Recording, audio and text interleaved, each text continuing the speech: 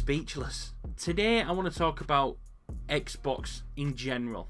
This is the latest in a long list of negative things to come our way from Xbox, and for me it's kind of the straw that broke the camel's back. It got me thinking about the wider picture, and I couldn't help but think that Xbox is losing its grip on its relationship with the public. How the company's corporate decision making impacts the consumers, and about how it blurs the lines between a company that wants to provide a premium entertainment service and a company that wants to make a shit ton of money. Understandably, it's a tightrope that all companies have to walk, and we consumers aren't stupid. We know that the ultimate goal is to make money. Lots of it. But like in all businesses, the service they provide has to be one that's worth it for the consumer, and one that allows the consumer to feel valued, as in, I don't mind paying for your services or products because I can't get it anywhere else any better or any cheaper. But can that really be said about Xbox? Are their products and services as premium as they think? Or are they possibly overvaluating themselves and still riding on the coattails of the Xbox 360 without properly adapting to the reality of the market? So if you haven't heard, and there's a good chance that you haven't, because this thing came and went quicker than Donald Trump's New Year's resolution to be a better person. So what happened was, a few days ago, Xbox announced that the price of their Xbox Live Gold subscription service was going up significantly. This is what they posted. So at the top here, they try and do a little bit of justification and whatever, but here's the important information. The price of a 1-month gold membership is increasing $1. So the price of a 3-month membership is increasing by $5, or the equivalent amount in your local market. And then down here, going forward, new pricing will be 1 month for $10.99, 3 months for $29.99, and 6 months for $59.99, or your local market equivalent. So in the UK, that meant that a 6-month card for Xbox Live Gold would set you back £43. Anyway, it doesn't take much of a math genius to figure out that if 6 months is going to set you back $59.99, then a year is going to set you back $120. $120 for a 1-year subscription of Xbox Live Gold. Yes, you heard that right. The reaction you're having now is the same reaction that I've just had. I'm just fucking confused, to be honest. After the year that Xbox had last year, I'd be thinking they'd be doing everything possible to stay out of the bad books. Who in the fuck is making the decisions over there? If you remember, mid last year, they removed the option to purchase a 12-month Xbox Live Pass, so you could only buy up to 6 months now. And at the time, I mentioned on my channel that I thought they were potentially going to merge their current services together to create a new service, because I think at the time we were about 6 months out from the launch of the Series X, so I thought that kind of makes sense that going forward, when the Series X drops, there'll be a new service that merges, the Xbox Cloud, Game Pass and Live into one subscription, which would seem way more suitable for that sort of price tag. What was actually going on is that the money-hungry cash pigs over at Microsoft were planning this price hike back then, and they knew that by removing that option, they could say, oh, the price is going up, 6 months is now going to cost you $60, and it removed them from ever having to say a year is now going to cost you $120.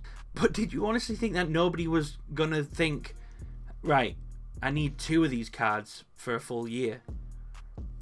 Needless to say, the internet went fucking wild. They were not happy, and the noise they made was so loud it echoed all the way to Phil Spencer's Seattle home, where apparently his pants were shat. Because the very same night that they had the audacity to post this, they did a full 180 on the decision and posted this. We messed up today and you were right to let us know. Connecting and playing with friends is a vital part of gaming, and we failed to meet the expectation of players who count on it every day.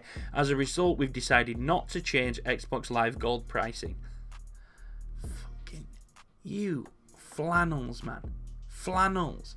Like, if you're gonna make a bold ass decision like that, as stupid as it is, at least have the stones to stand by it. And then it just goes on to just reinstate the prices that we already had 12 hours ago. The thing that shocks me the most, though, about the decision to hike the price is the fact that we're already kind of side-eyeing Sony, Nintendo and Xbox for making us pay to play games online anyway, because that is the main feature of their services. It's the ability to play games online, and that in itself is kind of questionable really. This is because most online games these days run peer-to-peer, which without getting too techie means they aren't dedicated servers. Every player in the game is connected, which creates a mesh which basically acts like a dedicated server, sending information packets between those players playing the game. So it's not like online gaming actually costs much for these companies to run, and those companies that do run games on dedicated servers often pay for them themselves or have their own subscription services in order to play them. That's why it doesn't cost anything to game online on a PC. It's a bit of a free market technique. It's like you can walk to a freshwater spring and collect your fresh water, or you can pay a company monthly who will pump it through your pipes and out of the faucets in your house. That's kind of what's going on here, but it's more like you and your mates want to play Call of Duty together.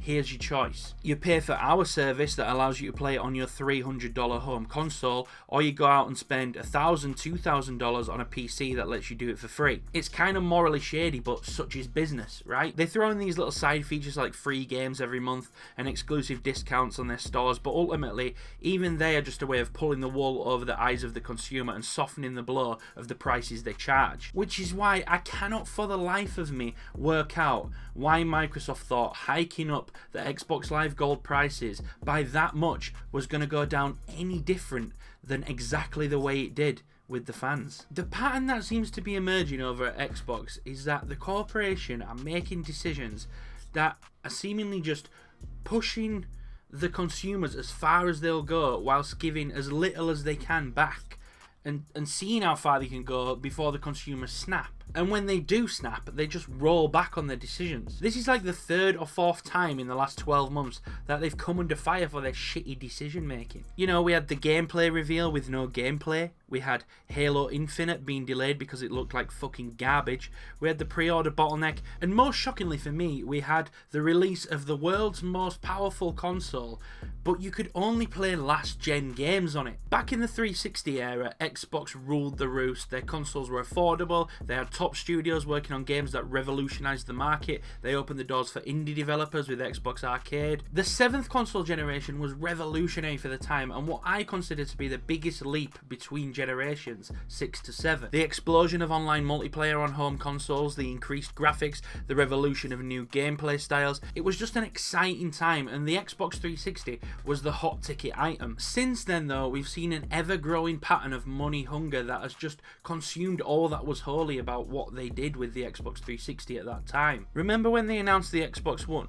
When they announced that games would be locked on the console so you couldn't share or buy second-hand games? The fans snapped and they rolled it back. Remember when they packaged in a failing item that nobody wanted, the Kinect, in order to justify the high price of the console? The fans stopped buying the console and they rolled it back. Those are just a couple of examples where the fans have actually taken a stand though. I mean, let's talk about the games. Gears of War, Halo, Forza, Fable, the 4 most notable in-house franchises from the company. Halo and Gears were revolutionary games, literal revolutions. And the early sequels that followed can also be included in the conversation as games that were really monumental for the time and that carried Xbox to the top of the 7th console generation. But where did they go since? We had Gears of War Judgment, Gears of War 4, Gears of War 5. They failed to evolve the franchise, just relying on the same formula, knowing it would sell. Whether it was an unwillingness to invest in the franchise or encourage series development, I'm not sure, but when I played Gears 5, there are a few differences in the gameplay experience between that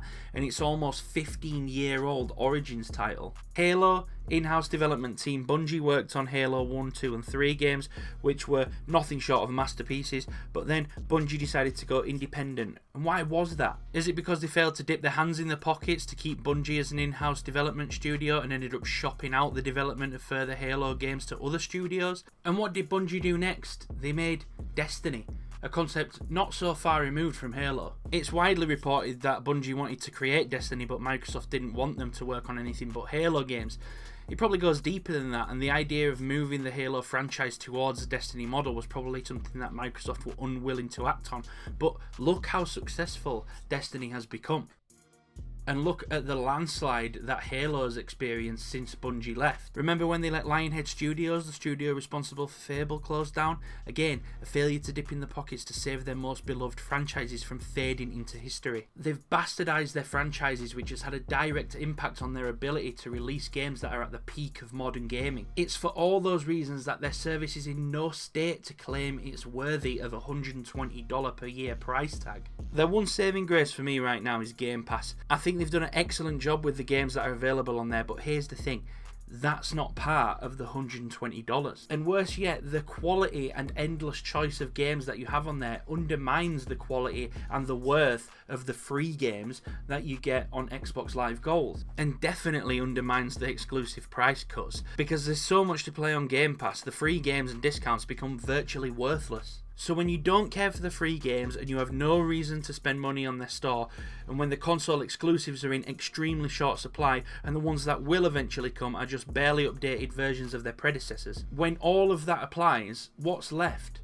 The hardware? Well, remember why the Xbox 360 was so popular. It revolutionized so much, but also it had a price tag that reflected its worth. The Xbox 360 wasn't trying to be more powerful than the PS3. It was trying to deliver a premium, affordable gaming experience to consumers. The Series X offers no notable exclusives currently. It has a more expensive subscription service, it doesn't have a DualSense controller, and it doesn't support Tempest audio. Now, before you go all hell for leather at me, I do think it's a great machine. It's clearly a powerful console, but at the moment it's a powerful console that's only good for upscaling old games. But the cost, exactly the same as the PS5. It's just another example of how they're pushing a revenue stream from their customers but not giving enough back. Anyway, this is all to say that it's my belief that Xbox have overvalued themselves and have not responded properly to the reality of the market. You only have to take one look at the sales figures from the Xbox One against the PS4, and again the early sales figures between the Series X and the PS5 to see that this company is constantly popping up second best, but their pricing structures time and again fail to reflect that. Microsoft just dropped $7 billion on Bethesda, but we've yet to hear anything about exclusivity or just plans going forward. And whilst it's a really exciting proposition for them, I have to ask, where was this $7 billion when the franchises that you already had needed them the most? Microsoft Xbox, you have a long road of repair ahead. Xbox fans, come at me in the comments. I know you'll have something to say, but know this before you do. I am one of you. I'm just sick to death of being taken for a fucking ride. As always, like the vid, sub if you're new, and I'll see you in the next one.